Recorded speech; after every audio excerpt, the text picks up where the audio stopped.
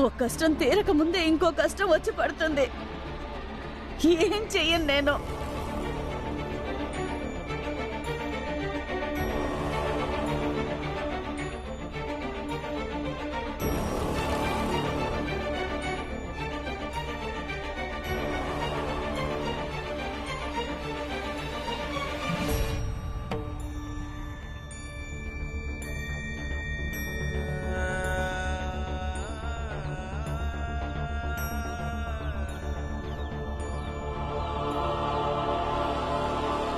ధ్రువా, అరే కొంచెం నేను చెప్పేది విను. ఏం వినాలి బాలా అన్నయ్య? ఇప్పుడు నన్ను బుజ్జగించాల్సిన అవసరం ఏం లేదు. నాకు అర్థమైంది నేనిప్పుడు ఏం చేయాలో. ఇక నువ్వు ఇంటికి వెళ్ళు. బాలన్నయ్య, బాలన్నయ్య, ఏమైంది?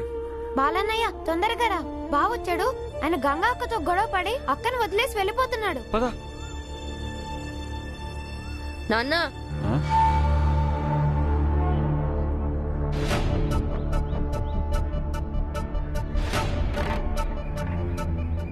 ఇన్ని సంవత్సరాల్లో నేను నీ గురించి ఆ మాత్రం తెలుసుకున్నానులే. నువ్వెలాంటోడివో, ఎప్పుడేం చేస్తావో అని.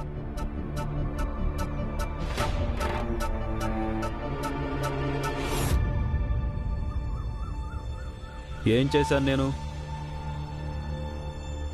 నా గురించి ఏం తెలుసు? మేలం వాళ్ళ దగ్గర నుంచేగా వస్తున్నావు. నాకన్నా ముందే అక్కడికి వెళ్ళి డబ్బు ఇంకా పలుకుబడి గర్వం చూపించావు. కానీ నేను ఖచ్చితంగా బ్యాండ్ మేళం పని చేస్తాను.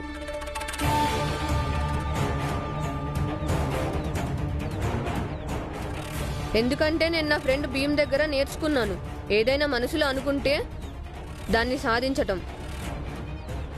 అలాగా? అయితే నా పేరు కూడా సేట్ ధన్ శుక్లాలే. నేను చూస్తాను బ్యాండ్ వాయించడం ఎలా నేర్చుకుంటావో. చూడు, ఈ జన్మలోనే కాదు, ఇంకో 7 జన్మలెత్తినా కూడా వాళ్ళు నిన్ను వాళ్ళ దగ్గరికి రానివ్వరు. అది సరే నాన్న, నువ్విది అడగవా? నేను లోకంలో ఉన్న అన్ని పనులు వదిలేసి ఒక్క బ్యాండ్ మేళం వెనకాల ఎందుకు పడ్డాను అని. ఎందుకంటే నేను ఆ పని చేస్తే అప్పుడే నీ గర్వం అణిగిపోతుంది. నేను ఖచ్చితంగా మేళం వాయిస్తాను, నీ కళ్ళ ముందే.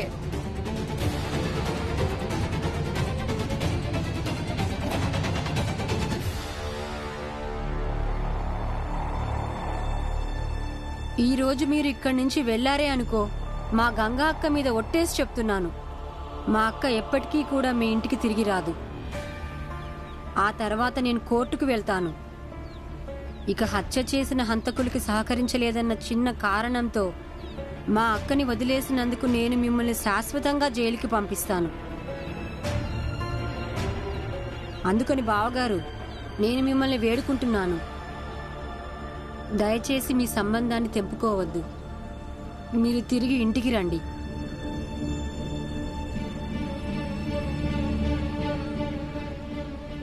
బాలా అన్నయ్య, మీరు మన బావగారిని కట్టేశారంట కదా, అందుకని ఆయన క్షమాపణ చెప్పండి.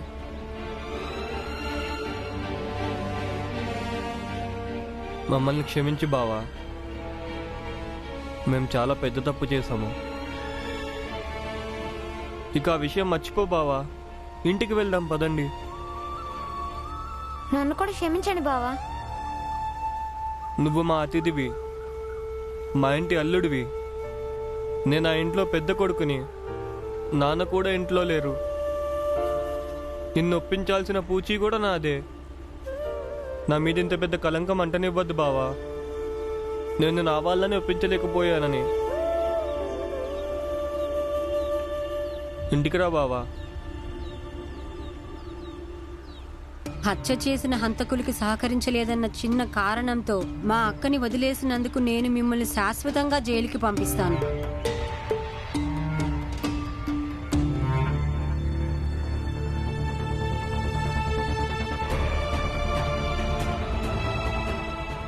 నాన్న, ఇవాళ ఒక విషయం అర్థమైంది.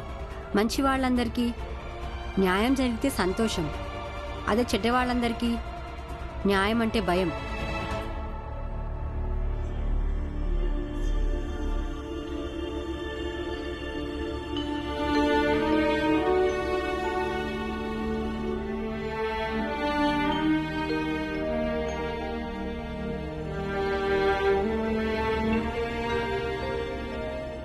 అమ్మా, నాన్న, ఏదైతే జరిగిందో అందుకు నేను బాధపడుతున్నాను. కానీ అబద్ధం మాత్రం చెప్పను. సంతోషంగా కూడా ఉంది. ఇక నేను జీవితంలో ముందుకు సాగాల్సిందే. కానీ ఆ విధంగా కాదు, ఏ విధంగా మీరు కోరుకున్నారు. అది ఏ విధంగా అంటే భీమ్ నాకు ఏదైతే చెప్పాడో ఆ విధంగా.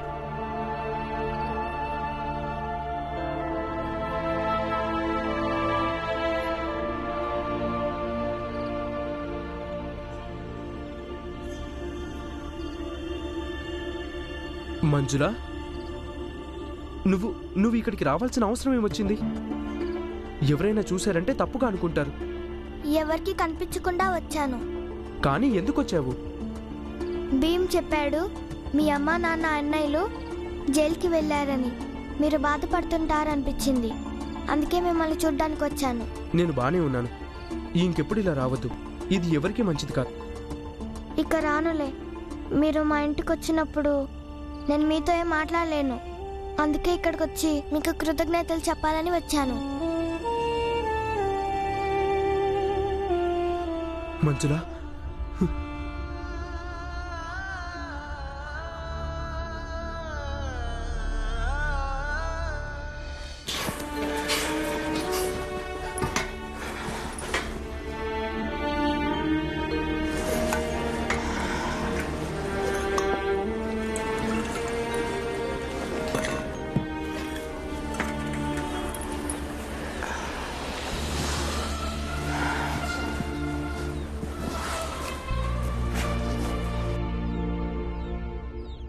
అల్లుడు గారు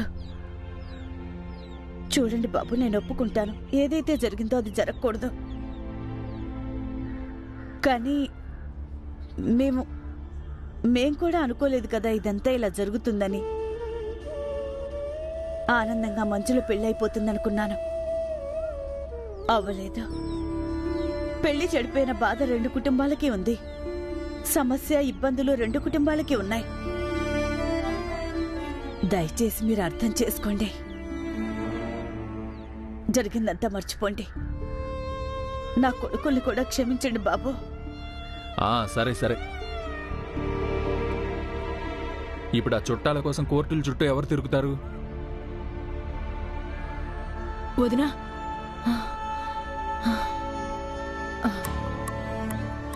వదినా, ఏ నూతిలో నుంచి నీళ్లు తెచ్చుకుంటామో అందులో కుక్క చచ్చిపడుంది. ఎప్పట్లాగానే నీళ్లు దొరకలేదు.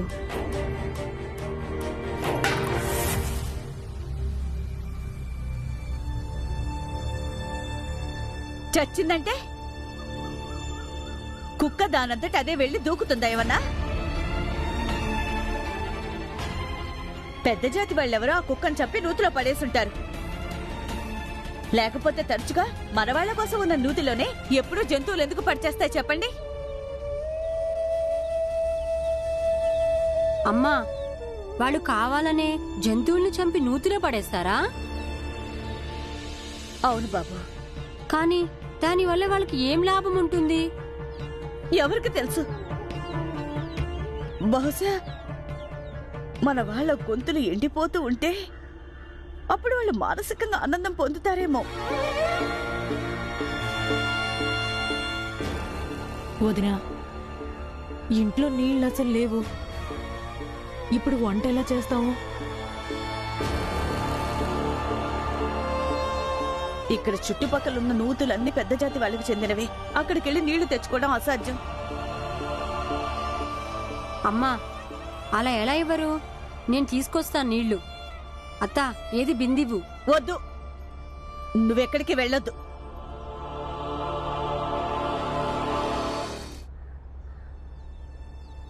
ఈ సామాజిక అంటరానితనం ఎక్కువగా పూజలు, ఇంకా తిండి నీళ్ల విషయంలో పాటిస్తారు.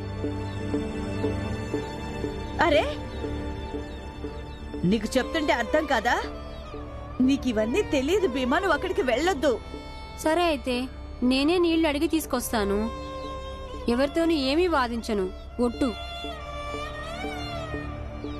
ఒకవేళ ఇవ్వలేదనుకో, అప్పుడు నేను తిరిగి వచ్చేస్తాను.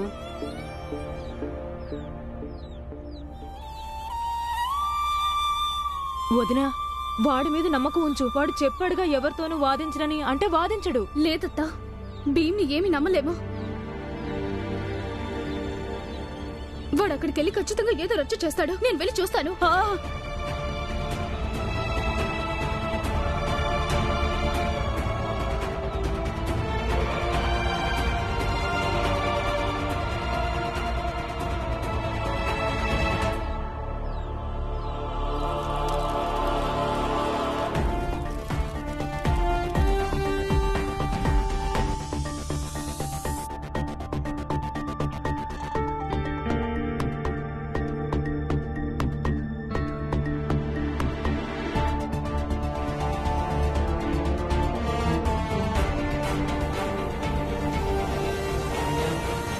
కొంచెం నీళ్ళు ఇస్తారండి?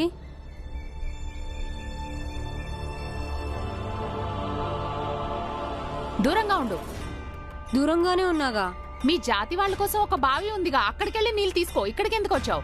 దాని లోపల ఒక కుక్క పడి చనిపోయిందట, అందుకే ఇక్కడికి వచ్చాను. చెప్తున్నాగా భీమ్, నీళ్ళు ఇవ్వమని. వెళ్ళు, దాహంతో చావండి.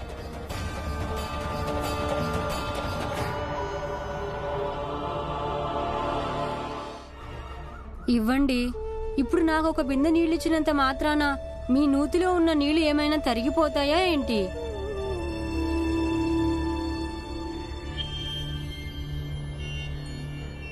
సరేలే, నేను నీకు నీళ్ళు ఇస్తాను.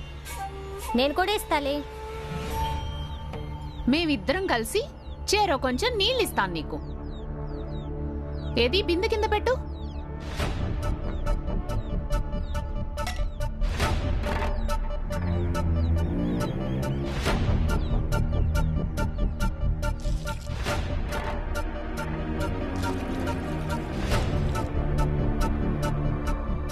అరే అయ్యో భీమ్, నీ బిందె పోసి నీళ్లు తీసుకోవడం లేదు.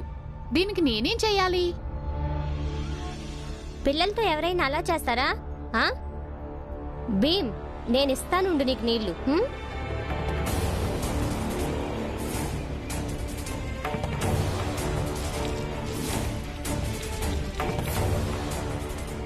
అయ్యో,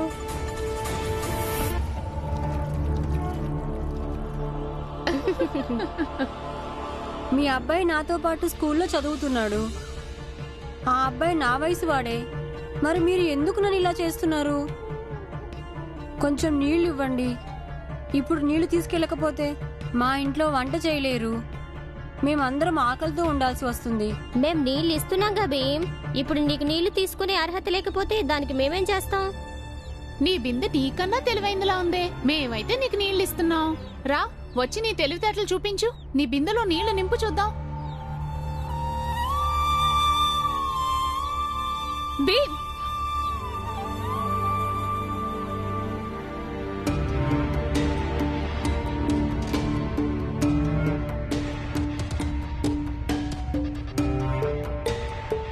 పద, ఇక్కడ నుంచి పద. నేను ఇవాళ నీళ్లు తీసుకురాకుండా ఖాళీ చేతులతో రాను. నీళ్ల మీద మన అందరికీ హక్కు ఉంది. మన హక్కుల కోసం పోరాటంలో వెనకడుగు వేసేది లేదు. భీమ్, ఎప్పుడు చూసినా న్యాయం అన్యాయాల పోరాటాల గురించి ఎందుకు మాట్లాడుతావు నువ్వు? నీకు తెలీదు, వాళ్ళు ఎలాగో మనల్ని నీళ్లు తీసుకొనివ్వరు. అనవసరంగా ఇక్కడ లేనిపోని గొడవ అవుతుంది. నాదొక మాట వింటావా? ఏంటో చెప్పు. అదిగో అక్కడ ఆవిడ్ని చూడు, గులాబీ రంగు చీర కట్టుకున్నామే. అయితే నువ్వు చీర వాళ్ళలాగా కట్టుకో, ముఖానికి కొంగు కప్పుకో. ఇప్పుడు వెళ్ళి నీళ్లు తీసుకురా. చూడు, నిన్ను ఇప్పుడు ఎవరు ఆపరు. ఎవరు ఎందుకు ఆపరు? నీ తమ్ముడి మీద నమ్మకం ఉంచక్క. ముందు వెళ్ళి నీళ్లు తీసుకురా, తర్వాత చెప్తాను నేను నీకు నిన్ను ఎవరు ఎందుకు ఆపలేదు అని. లేదు లేదు లేదు, నేను ఈ పని చేయలేను. ఇది మోసం భీమ్, పాపం అవుతుంది. అర్థం చేసుకోవెందుకు? మనం నీళ్లు లేకుండా చచ్చిపోతే అది పాపం కాదా? మనం ఇప్పుడు ఎవరి డబ్బు వెండి బంగారం దొంగతనం చేయటం లేదు, బతకడానికి నీళ్లు తీసుకుంటున్నామంతే. దీన్ని ఎవరూ ఏమీ మోసమనరు, దీన్ని తెలివితేటలంటారు.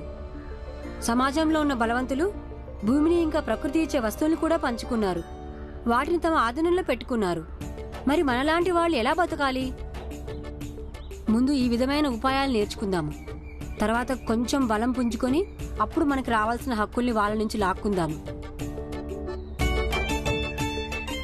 ధైర్యంగా ఉండక్క, నిన్నక్కడ ఎవరూ గుర్తుపట్టలేరు. పిన్ని, మామయ్య గురించి ఏమైనా వివరాలు తెలిసాయా? ఎప్పుడొస్తాడో ఏంటో? వ్యాపారం చేయడానికి వెళ్ళాడంట, వచ్చేస్తాడులే. కానీ ఆయన వెళ్ళి కూడా చాలా రోజులు అవుతుందిగా. అంత దూరం వ్యాపారం చేయడానికి వెళ్ళాడంటే కాస్త డబ్బులు కూడబెట్టుకునే వస్తాడుగా, సమయం పడుతుంది. వదినా, భీమా ఇంకా గంగ ఇంతవరకు రాలేదు. వస్తారులే, ఇంతకు ముందే వెళ్ళారుగా. నేను వెళ్ళి చూసొస్తాను.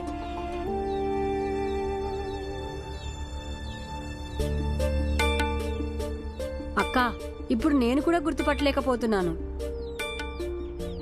వెళ్ళు, మళ్ళీ నిన్ను ఎవరైనా చూసేస్తారు.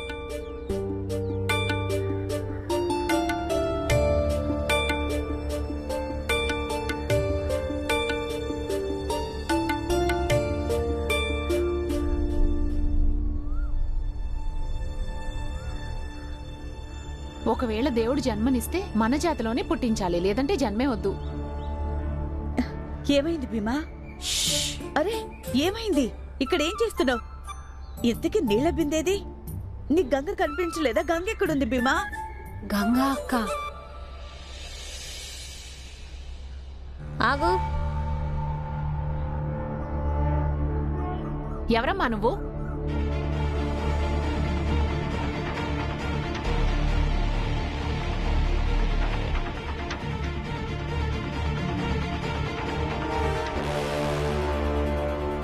చూస్తుంటే కొత్త కోడల్లా కనిపిస్తుంది.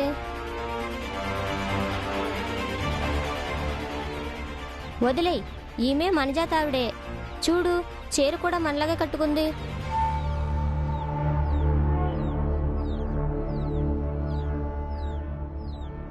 నువ్వు నీళ్లు తోడుకో, సరేనా?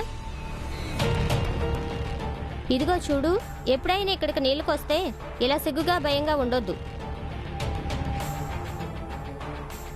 మా అందరితోటి కాస్త కలుపుగోలుగా మాట్లాడుతూ ఉండు, సరేనా? సరేనండి. ఇదిగో నీళ్లు తీసుకో.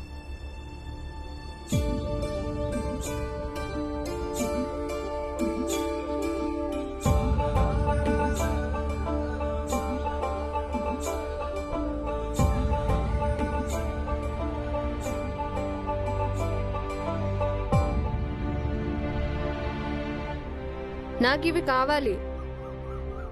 ఏం చేస్తావు వాటిని తీసుకెళ్ళి? నువ్వు ఆ జాతి వాళ్ళగా కూడా అనిపించట్లేదు, మేళం వాయించే జాతి వాళ్ళగా. జాతి గీతి వదిలే, నాకవి కావాలంతే. అయితే 5 అన్నాలు ఇచ్చి తీసుకెళ్ళు.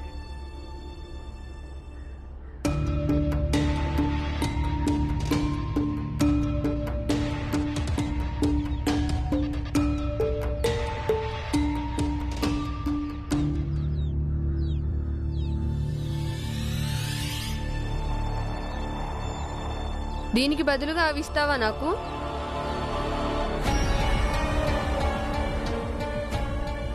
తీసుకో తీసుకో.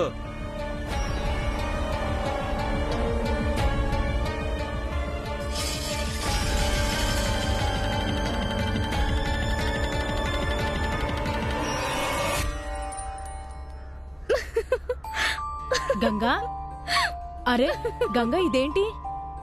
అత్త, మన భీంబల ఎత్తు వేశాడు. అసలు అక్కడ ఎవరు గుర్తుపట్టలేకపోయారు నేను వాళ్ళ జాతకాన్ని కాదని. భీమ్, ఇవన్నీ ఎలా ఆలోచిస్తావురా నువ్వు?